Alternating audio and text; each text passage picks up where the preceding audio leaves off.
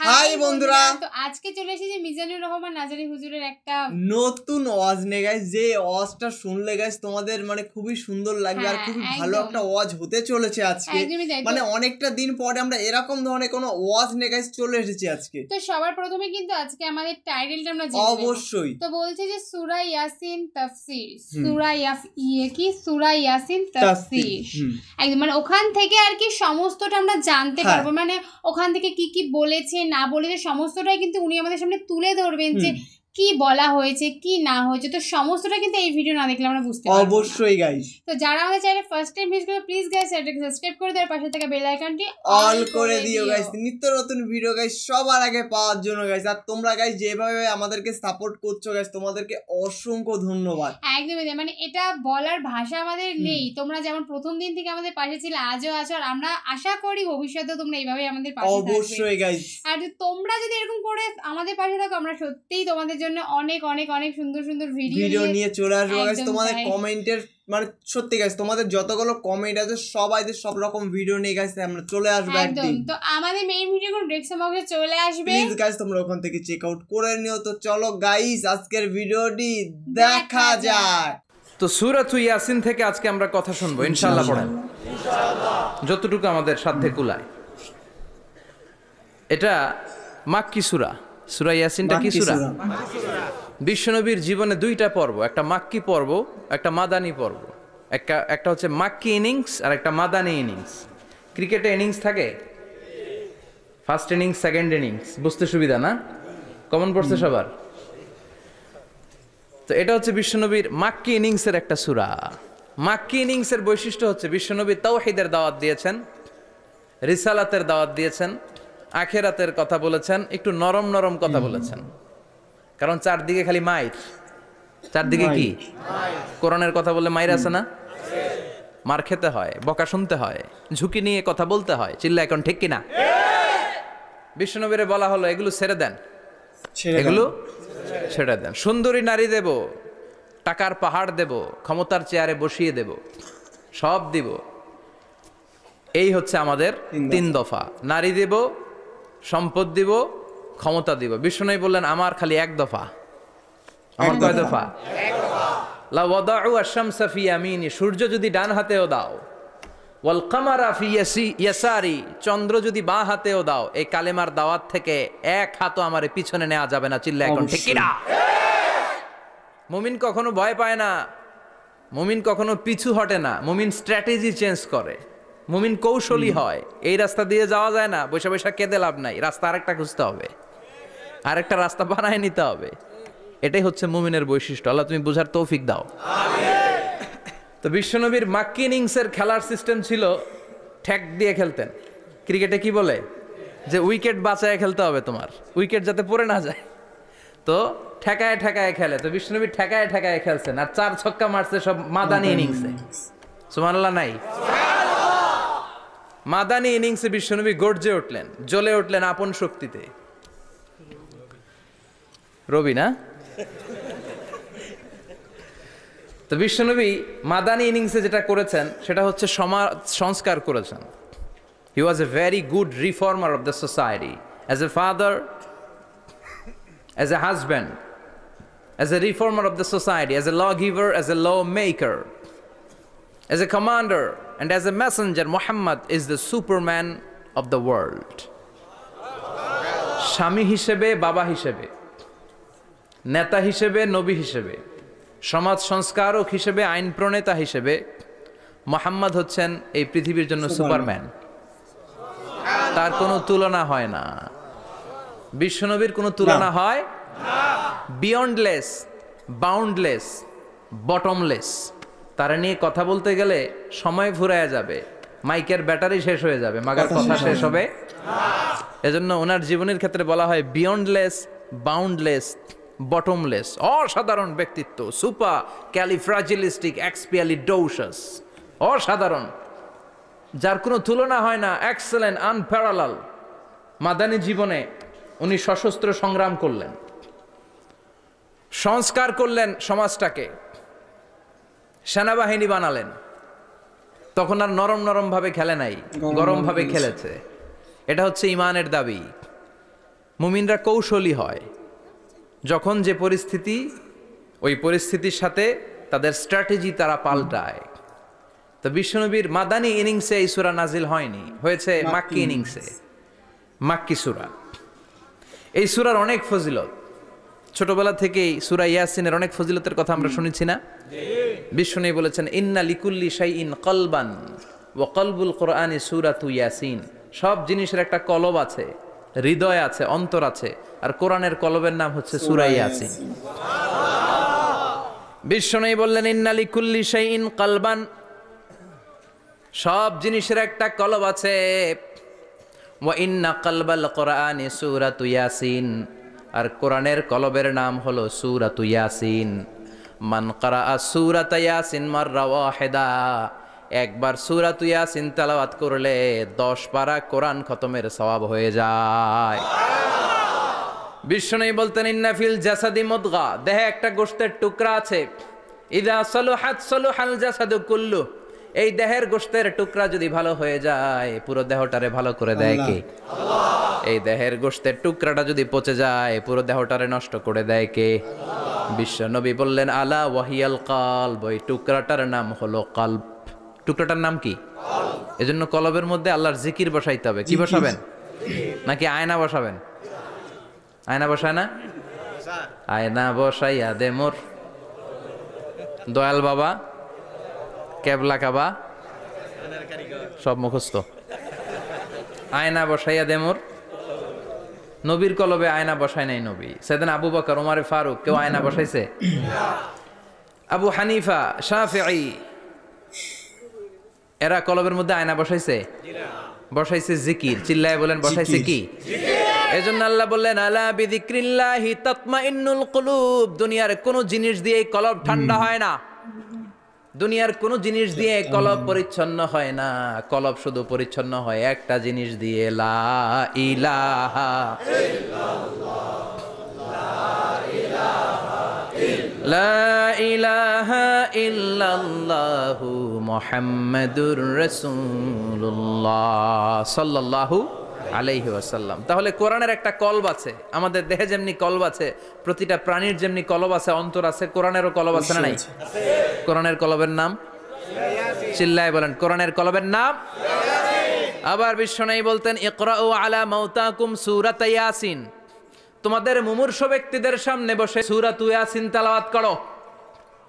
রূহ চলে যাবে, মৃত্যুর একেবারে দ্বার প্রান্তে দাঁড়িয়ে এই মুহূর্তে তার পাশে বসে পড়তে আরম্ভ করেন ইয়াসিন ওয়াল কোরআনিল হাকীম ইন্নাকা লামিনাল মুরসালিনা আলা সিরাতিম মুস্তাকিম। ওই ব্যক্তির ঈমানের মৃত্যু দান করে দিবে কে? মৃত্যুর কষ্ট হালকা করে দিবে কে? আবার বিশ্বনবী বলতেন রাত্রিবেলা যে ব্যক্তি একবার সূরাতু ইয়াসিন তেলাওয়াত করে ঘুমাতে যায়, সকালবেলা নিষ্পাপ অবস্থায় তারে ঘুম থেকে জাগাবে কে? তাহলে এই সূরার মর্যাদা কম কম না বেশি বেশি? কলবুল কোরআন, এটা কোরআনের কলব, একবার পড়লে 10 পারার সওয়াব। আবার মুমূর্ষ ব্যক্তির সামনে বসে সূরা ইয়াসিন তেলাওয়াত করতে বলা হয়েছে, তাহলে মৃত্যুর কষ্টরে হালকা করে দেয় কে? আল্লাহ। আবার রাত্রিবেলা সূরা ইয়াসিন তেলাওয়াত করলে সকালবেলায় নিষ্পাপ বানায় দেয় কে? আল্লাহ। মনে থাকবে? কোরআনের কলবের নাম কি? ভুলে যাবেন না তো? বেশি বেশি তেলাওয়াত করতে রাজি আছেন? সকাল সন্ধ্যা তেলাওয়াত করবেন তো? সূরা ইয়াসিন ছাড়াও এই সূরার অনেকগুলো নাম তাফসীর গ্রন্থে পাওয়া যায়। এই সূরার একটা নাম হচ্ছে সূরাতুল কাদিয়া, সূরাতুল তাকদি হাজাতা কারিইহা। যে এই সূরা তেলাওয়াত করে ওই তেলাওয়াতকারীর যে হাজত আছে, প্রয়োজন আছে, এই সূরার বরকতে আল্লাহ তার প্রয়োজন পূরণ করে দেয়।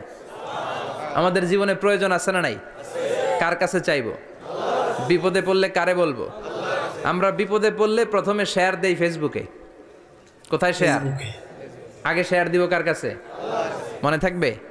বিপদে পড়লে ফেসবুকে শেয়ার দিব না, বন্ধুরে শেয়ার করব না, বউয়ের কাছেও পরে শেয়ার করব, আগে শেয়ার করব কার কাছে? মনে থাকবে?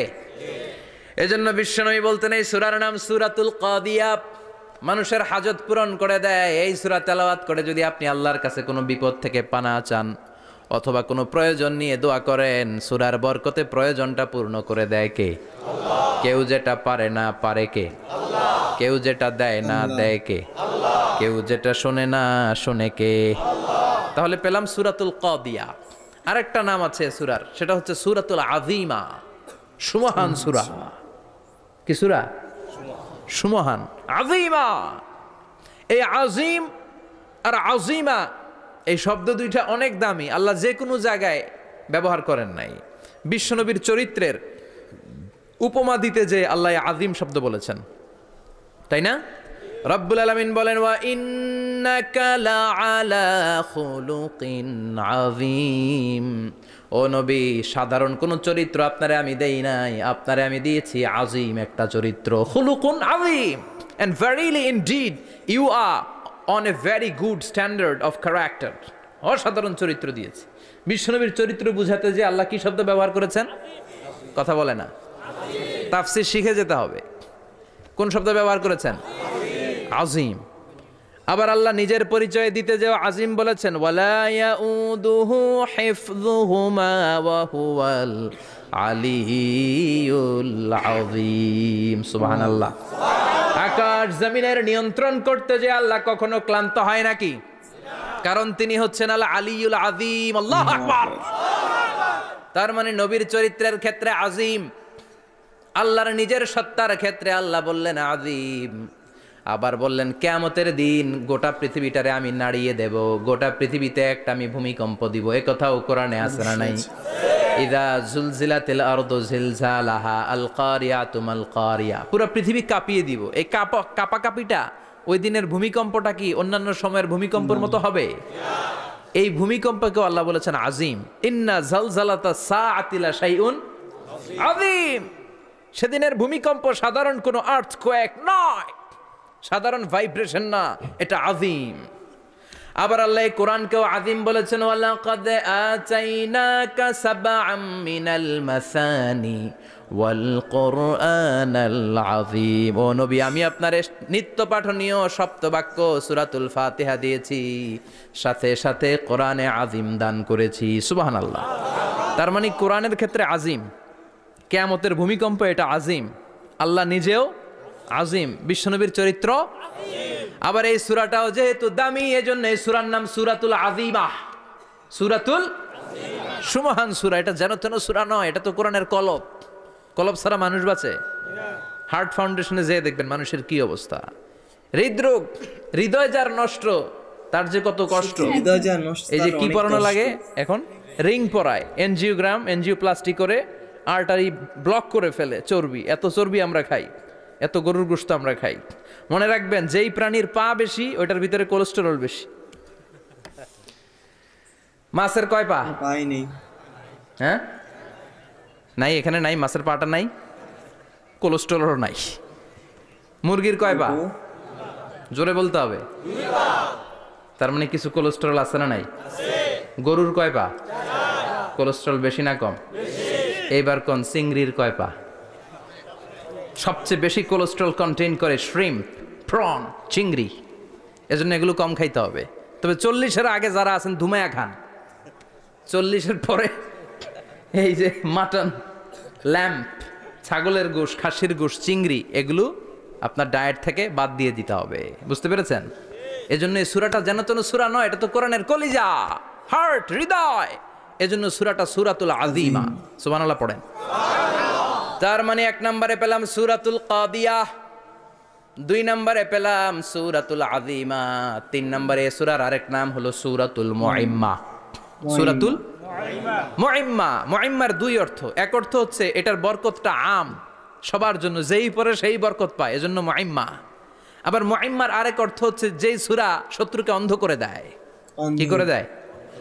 এই সূরার প্রথম 9টা আয়াত যদি বিপদে পড়ে, শত্রুর কবলে পড়ে আপনি তেলাওয়াত করেন, শত্রুর চোখটারে অন্ধ করে দিবে কে? আল্লাহ। বিশ্বনবী মক্কা থেকে যখন মদিনায় যায়, হিজরতের সময় বিশ্বনবী সূরাতুল ইয়াসিনের প্রথম 9টা আয়াত তেলাওয়াত করলেন। তেলাওয়াত করে আল্লাহর নাম নিয়ে ঘর থেকে বের হলেন। আশেপাশে কাফেররা ঘুরে কিন্তু বিশ্বনবীরে দেখে না, সবাই খেলে এরকম এরকম করে, ডানে বায়ে হাতায় বিশ্বনবীর সামনে দিয়ে যায়, কিন্তু কাফেরদের চোখ অন্ধ করে দিয়েছে কে? এজন্য কোরআন তেলাওয়াত করলে কাফেরদের চোখকে অন্ধ বানায় দেয় কে? এজন্য সূরার একটা নাম হচ্ছে সূরাতুল মুআম্মা। কি নাম? অন্ধ করে দেয়। তাফসিরে কুরতুবির মুসান্নিফ ইমাম আল কুরতুবি ওনাকে জালিম বাদশা বন্দী করেছিল। ওনার তাফসিরে এসেছে উনি শক্তিশালী লোক ছিলেন, জেলখানা ভেঙে বাঁচার জন্য দিছে দৌড়। ওনারেও ধরার জন্য জালিম বাদশার সৈনিকেরা ঘোড়া নিয়ে রওনা হয়েছে, উনিও দৌড়ায়, ঘোড়াও পেছন থেকে আসে। ওমিয়া মানুষ কি ঘোড়ার দৌড়ের সাথে পারে? উনি হাঁটতে হাঁটতে হয়রান হয়ে এক বালুর ময়দানে যেয়ে ধপাস করে পড়েছেন। ওরাও ঘোড়া দিয়ে এসে নেমেছে, কিন্তু আজীব তামাশা, উনি বালুতে ধপাস করে পড়েই সূরাত ইয়াসিনের প্রথম 9 আয়াত তেলাওয়াত করতে শুরু করেছেন। ওরা নিচে নেমে ডানে বায়ে সামনে পিছনে খালি খুঁজে, কিন্তু দেখে না, সামনেই কিন্তু বসা। ওদের চোখটা অন্ধ করে দিছে কে? বিশ্বাস হয়? ঈমান হয়? এজন্য বিপদে পড়লে সূরাত ইয়াসিনের প্রথম 9 আয়াত পড়তে রাজি আছেন? আল্লাহ তুমি তৌফিক দাও। আরো জোরে পড়েন আমিন।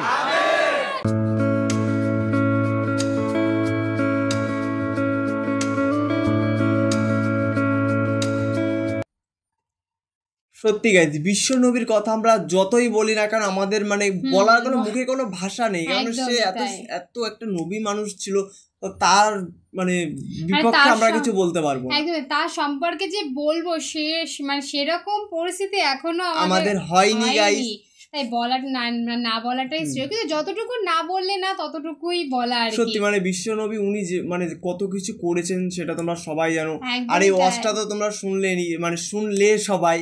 সত্যি খুব সুন্দর একটা ওয়াজ ছিল মিজানুর রহমান আজারি হুজুরের। একদম অনেক কিছু কিন্তু উনি বলেছে, মানে যেগুলো মানে বলতে গেলে আমরা অনেক কিছু জানতে পারলাম, অনেক কিছু কিন্তু আজকে শিখতে পারলাম এই ওয়াজটা শুনে। হয়তো বা এরকম অনেকেই আছে যে সেগুলো জানতাম না, অনেকেই আছে যেমন আমরাও হয়তো আমরাও এর ভিতরে অনেক কিছু জানতাম না, আজকে অনেক কিছু জানলাম আমরা, অনেক ভাবে আমরা জেনে নিলাম, প্লাস তোমরা জানলে, তো তোমাদের কেমন লাগলো সেটা অবশ্যই জানিও।